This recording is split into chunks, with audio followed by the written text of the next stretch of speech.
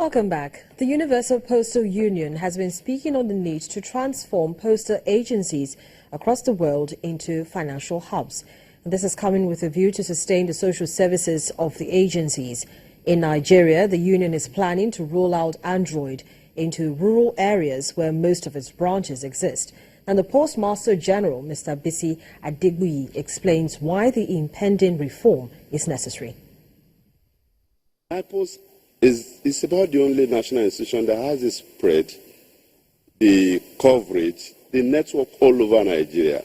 As you know, 50 to 60% of our postal offices and outlets are in the rural area. So how do we deploy technology to reposition, strengthen, and make NIPOS a huge revenue earner for the federal government of Nigeria? Not only that, in making revenue, how do we leverage on our operations, our network, to generate employment for teeming Nigerian youths?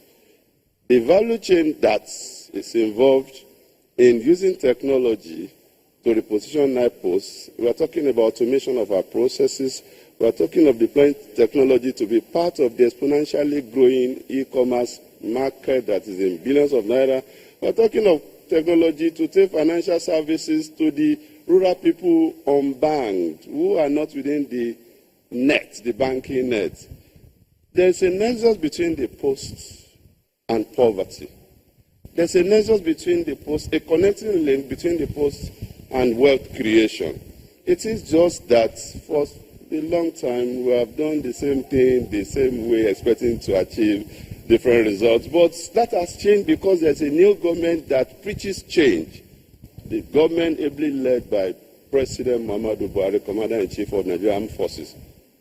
Evidently, because there must be a change, this is the first time they are bringing somebody from the private sector to come and head NIPOS and also the Postmaster General of Nigeria. What that tells you is that there's a need for us to run NIPOS as a business concern, make profit.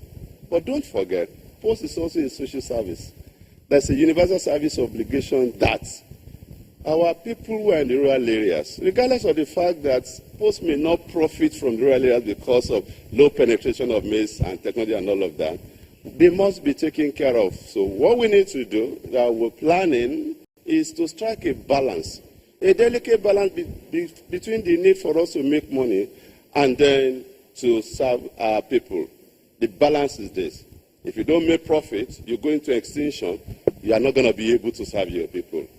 If you are driven by money alone, then you are excluding, alienating a critical section of the Nigerian people who live in the rural area. Another area that technology that we are deploying will translate into huge revenue is in the areas of getting the youth of Nigeria to embrace the post. As we speak, the Nigerian youths don't know whether the post office exists. If they know they exist, they don't patronize it. Because what NIPOS is doing is not interesting to them. So a private sector-driven Postmaster General will think out of the box and devise mechanisms and programs that would drive traffic of the youth to the post office. Demographic architecture of Nigeria, 65% of the population, we are talking about the youth between the age of 9 to 35. We're looking at that bracket, which roughly translates to 70 million people.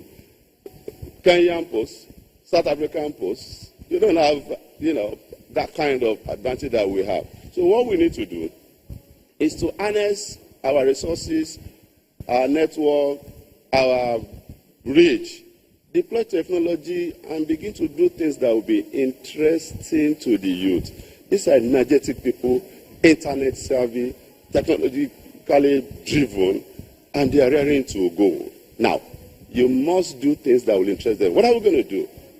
Create hubs for them.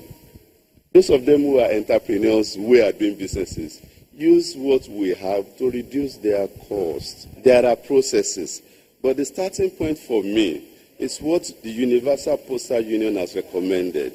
We belong to an organization that we do peer review mechanism. UP is our technical advisor, and they have recommended that the starting point is for us to deploy Android into all the rural areas, because it will take a long time before fiber optics and VISA to get there. VISA, fiber optics are in the, the urban and metropolitan areas, but we cannot afford to just, be limited with that. But in the rural areas, Android phones will be deployed, and we can do a lot of things for our people, artisans, farmers. I've used that example. When you tell a farmer the new planting system, when you tell people in the rural areas, young guys who are into production of whatever they are selling, they don't know that what they are selling, some people out there need them. It is what we're going to do in the rural post offices that will give them that information. The multiplier effect is better left for imagination. These are new things that we're going to do that in the past, because of the old system of balancing the books and moving slowly, we must find a middle-of-the-road approach. We must have a delicate balance of the forces of thesis, antithesis, producing synthesis.